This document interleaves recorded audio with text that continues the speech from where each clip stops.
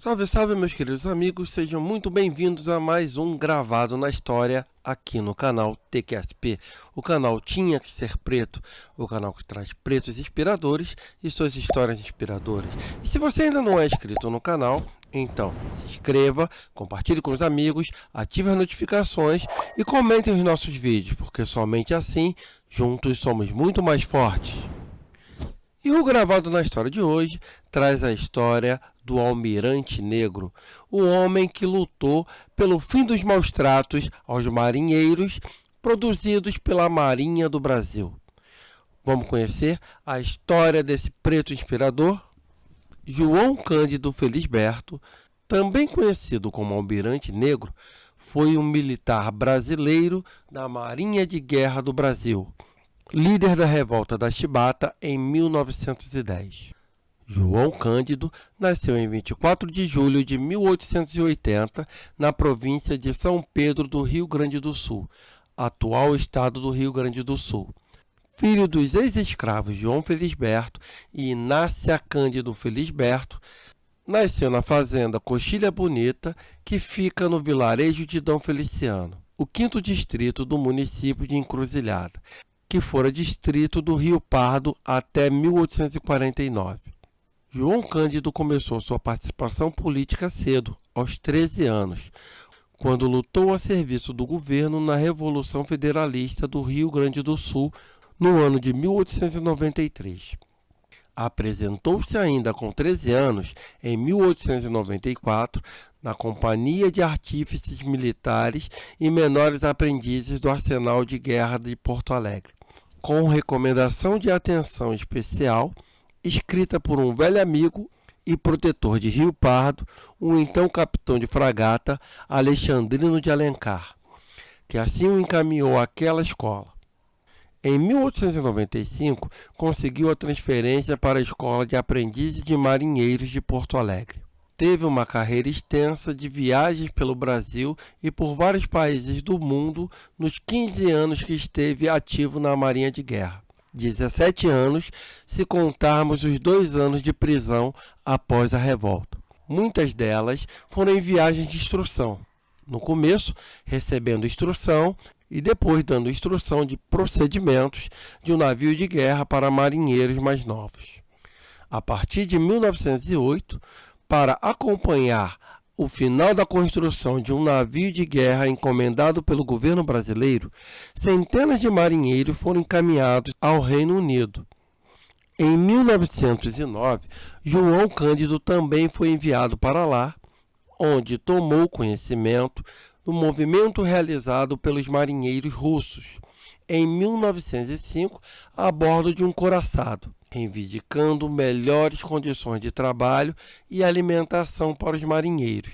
Ainda na Grã-Bretanha e depois, ao retornar ao Brasil, os marinheiros que lá estiveram para acompanhar a construção dos encouraçados Minas Gerais e São Paulo e também do cruzador Bahia, iniciaram um movimento conspiratório com vista a tomar uma atitude mais efetiva no sentido de acabar com a chibata na Marinha do Brasil.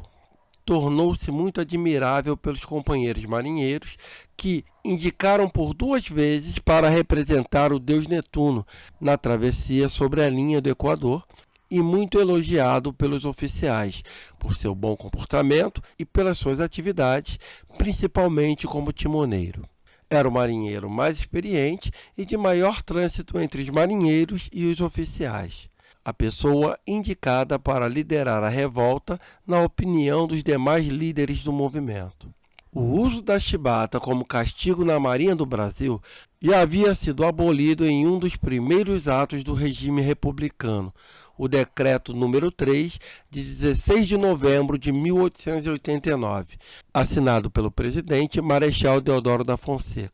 Todavia, o castigo cruel continuava de fato a ser aplicado, a critério dos oficiais da Marinha de Guerra do Brasil.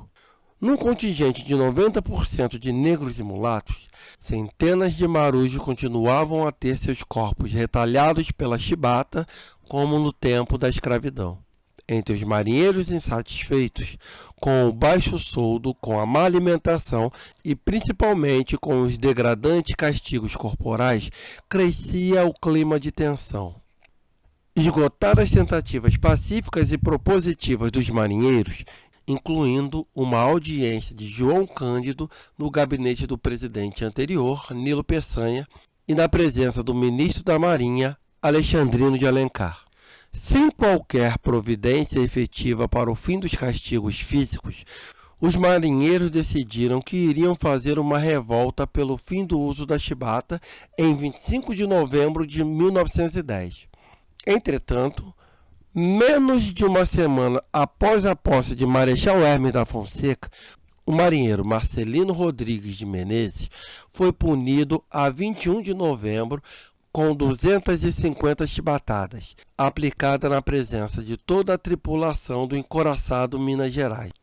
A punição não foi interrompida nem mesmo com seu desfalecimento, conforme noticiado pelo jornal da época.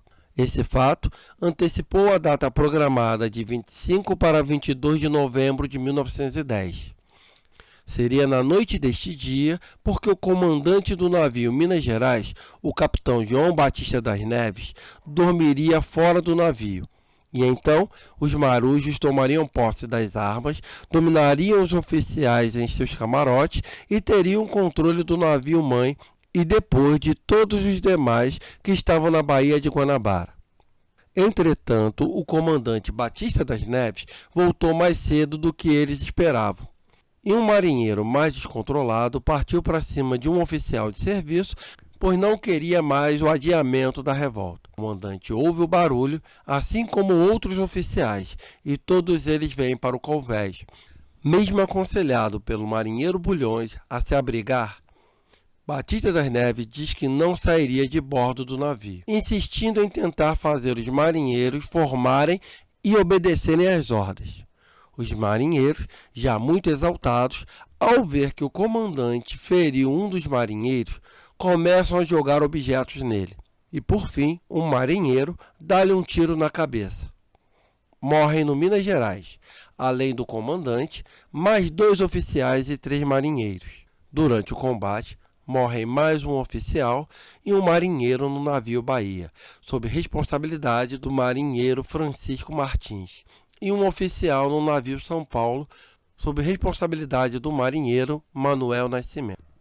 Terminado o confronto e diante da gravidade da situação com a morte do comandante e outros oficiais, João Cândido, que havia participado das reuniões conspiratórias, cujo chefe era Vitalino José Ferreira, é indicado pelos demais líderes como comandante em chefe de todas as esquadrilhas revoltadas, inicialmente composta por 6 navios e depois concentrando as guarnições em 4 delas, entre elas os 2 encoraçados fabricados na Inglaterra, considerados os mais potentes do mundo à época, Minas Gerais e São Paulo.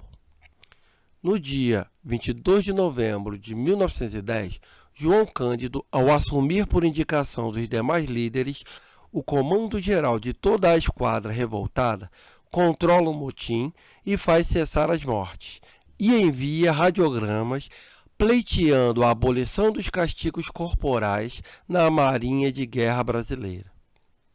Foi designado à época pela imprensa como Almirante Negro. Por 4 dias, os navios de guerra Minas Gerais, São Paulo, Bahia e Deodoro apontaram seus canhões para a capital federal. No ultimato dirigido ao presidente Hermes da Fonseca, os revoltosos declararam: "Nós, marinheiros, cidadãos brasileiros e republicanos, não podemos mais suportar a escravidão na Marinha brasileira." A rebelião terminou com o compromisso do governo federal em acabar com a chibata na Marinha e de conceder anistia aos revoltosos.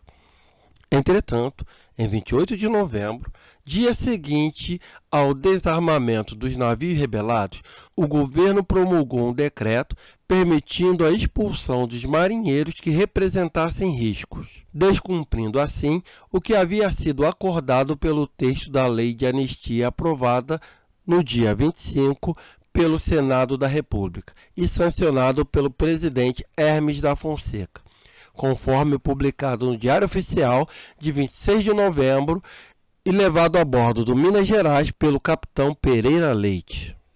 Banido da Marinha, João Cândido sofreu grandes privações, vivendo precariamente, trabalhando como estivador e descarregando peixe na Praça 15, no centro do Rio de Janeiro.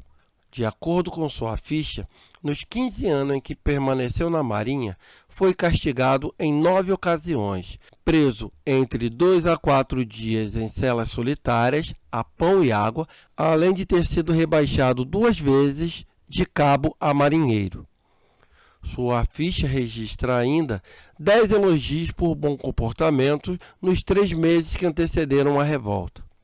Em 1933, foi convidado e aderiu à Ação Integralista Brasileira, movimento nacionalista fundado em 1932 pelo escritor Plínio Salgado, chegando a ser líder do núcleo integralista da Gamboa, bairro portuário da cidade do Rio de Janeiro.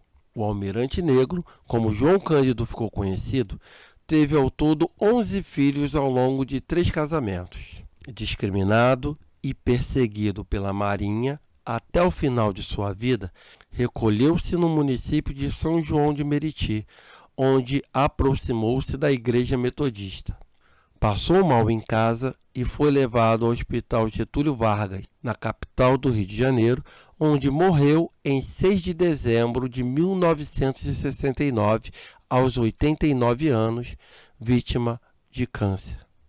João Cândido, o Almirante Negro, o homem que lutou e conseguiu acabar na Marinha do Brasil com os castigos desumanos impostos aos marinheiros, nos enche de orgulho. E é por isso que estamos aqui, para gritar, para que todo mundo ouça que João Cândido, o Almirante Negro, tinha que ser preto. Obrigado, João Cândido.